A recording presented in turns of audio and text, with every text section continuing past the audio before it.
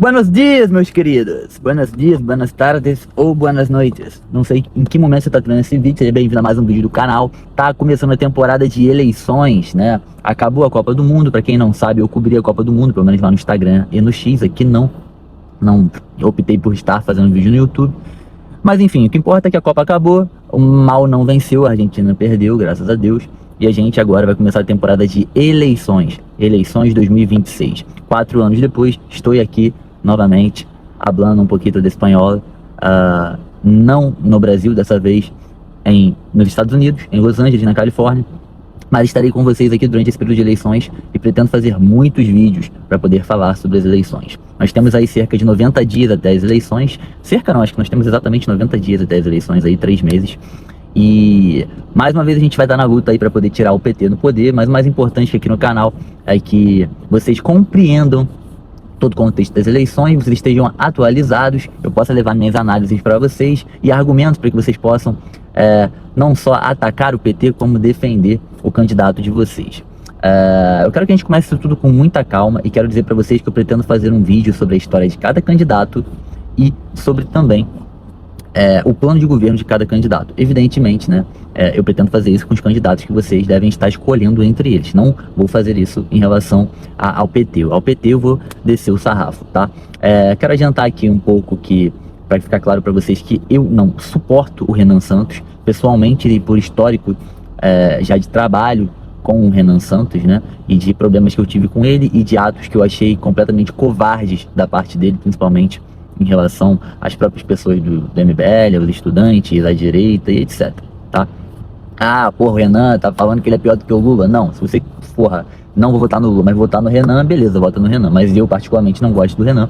Eu estou mais inclinado a outras opções, como Flávio, Caiado e Zema. Dando preferência da minha parte, gosto mais, acho o candidato mais bem preparado, acho o candidato mais capaz de fazer um bom governo, Romeu Zema. Porém, contudo, entretanto, todavia, temos a perspectiva de que o Flávio é quem tem mais chance por ser filho de Jair Messias Bolsonaro e por ter mais popularidade por carregar o nome Bolsonaro. Então, talvez você recorrer a nomes menores como Caiado e Zema não seja interessante, porque você não vai estar votando em quem tem capacidade de destruir o PT já em primeiro turno. Entretanto, também, Flávio não está mostrando ter a capacidade de destruir Lula já no primeiro turno, né?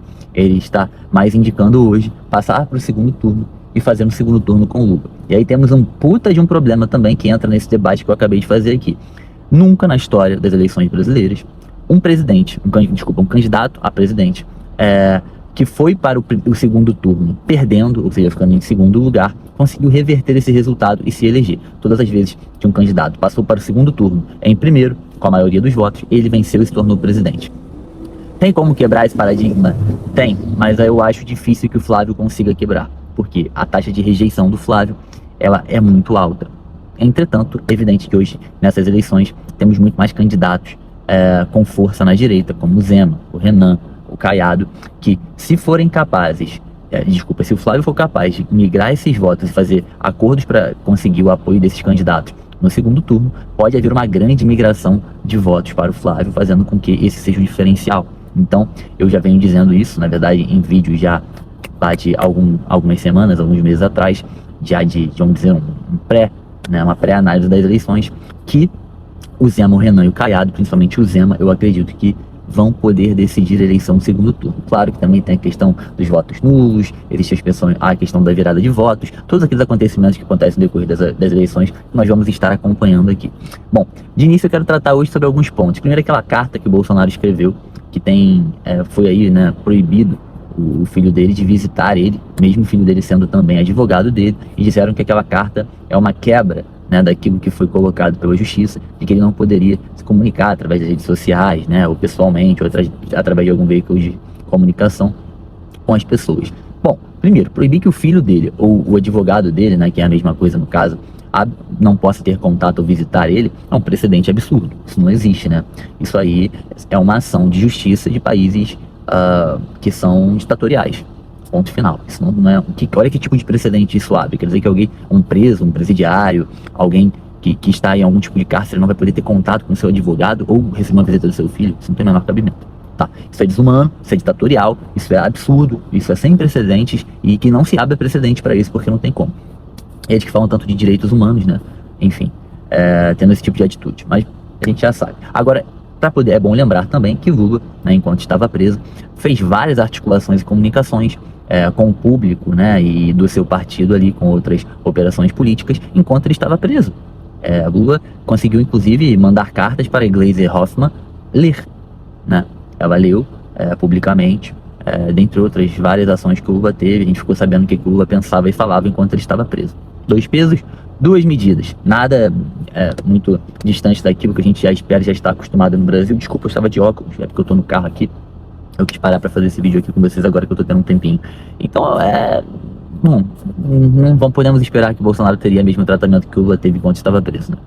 Particularmente ridículo. Outro ponto interessante de comentar com vocês é que anteontem, o Ortega, amigo de Lula, né, aliado político de Lula na América, definiu que não haverão mais eleições na Nicarágua, que já era, evidentemente, um país comunista que perseguia cristãos, mas ainda haviam lá eleições, né, pelo menos uma suposta eleição. A gente não acredita na credibilidade das eleições, mas haviam pelo menos as eleições.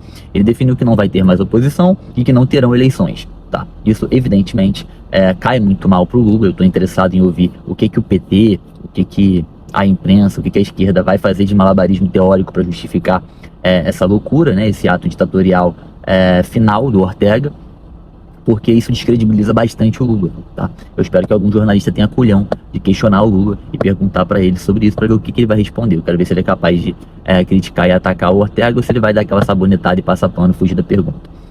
Mas de qualquer forma, isso cai muito mal pro Lula nesse momento.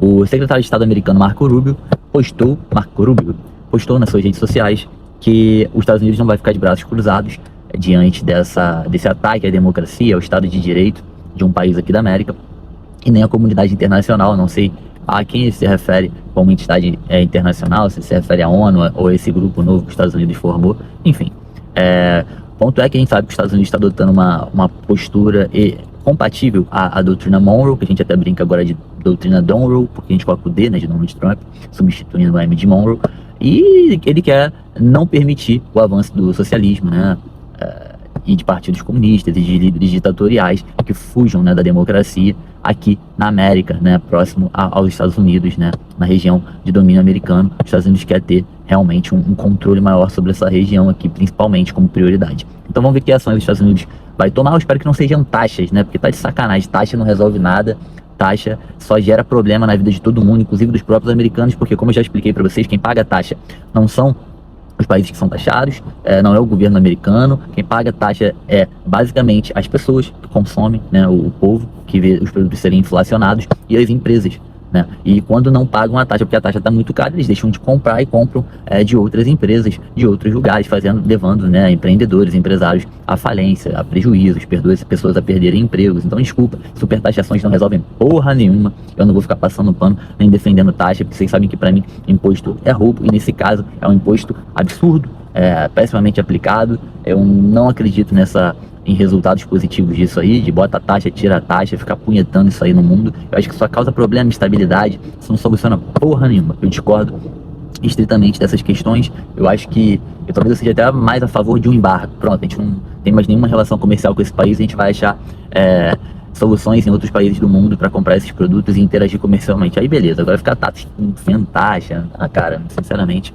discordo profundamente. Eu acho que por enquanto, basicamente, a gente tem isso de relevante nesse primeiro vídeo para falar. Amanhã eu pretendo estar de volta aqui com vocês, trazendo novidades e comentando assuntos do momento em relação às eleições e à política. Se você tiver alguma curiosidade, tiver alguma dúvida, alguma coisa que você queira que eu analise, que eu comente, deixa aqui nos comentários.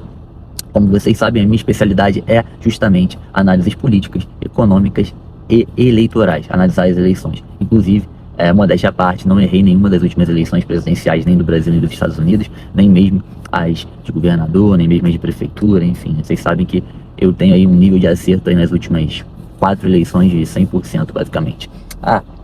Como eu falei, vou fazer um vídeo falando da história de cada candidato, fazer um vídeo falando também do plano de governo, das propostas de cada candidato.